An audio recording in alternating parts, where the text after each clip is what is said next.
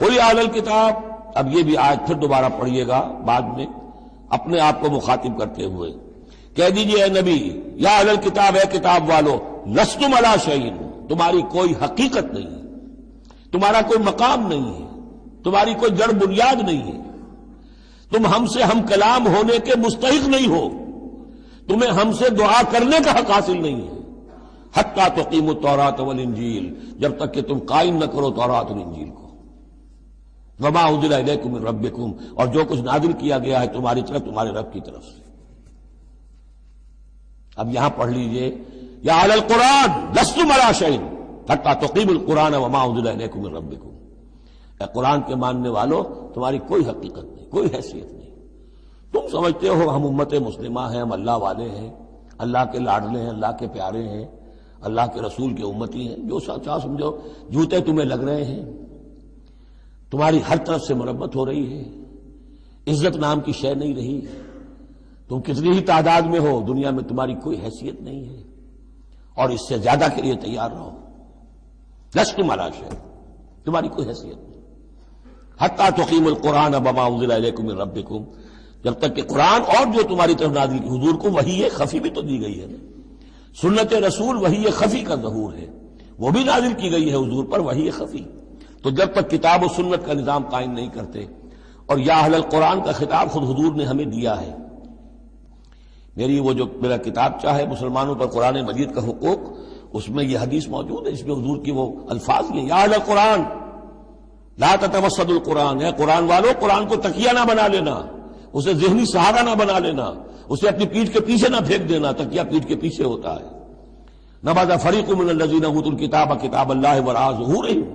لا تتوسدوا القرآن، بلکہ کیا کرنا، یا اہل القرآن لا تتوسدوا القرآن واتلوہ حق تلاوتہ فی آناء اللیل والنہار،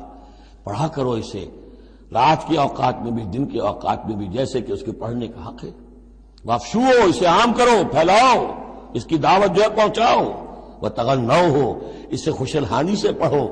اور اس کو دولت کو سمجھو کہ یہ سب سے بڑی دولت ہے، تغنوہ، اسے سمجھو کہ اصل دولت یہ ہے، وتدبروا فیہ لعلکم تفلحون، اور تدبر کرو، غور و فکر کرو، اس کی گہرائیوں میں غوطہ زنی کرو تاکہ تم فلاح پاؤ۔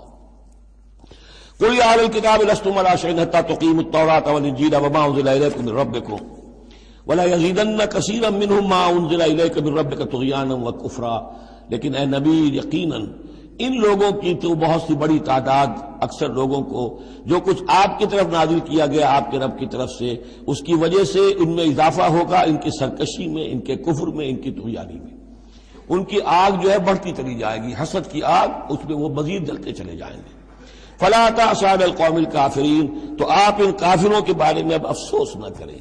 نبی چونکہ نہایت رحیم اور شفیق ہوتا ہے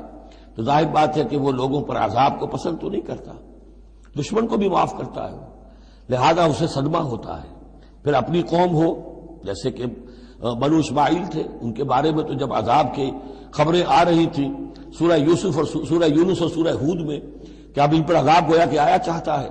تو حضور کے بالوں میں ایک دم سفیدی آ گئی۔ حضرت ابو بکر نے پوچھا حضور کیا ہوا، آپ پر بڑھاپا طاری ہو گیا اچانک؟ فرمایا شیبتنی ہود واخواتھا، مجھے سورہ ہود اور اس کی بہنوں نے بوڑھا کر دیا ہے، کیونکہ ان صورتوں کا انداز ایسا ہے کہ جیسے مہلت ختم ہوا چاہتی ہے اور عذاب کا دھارا جو ہے اب چھوٹنے والا ہے۔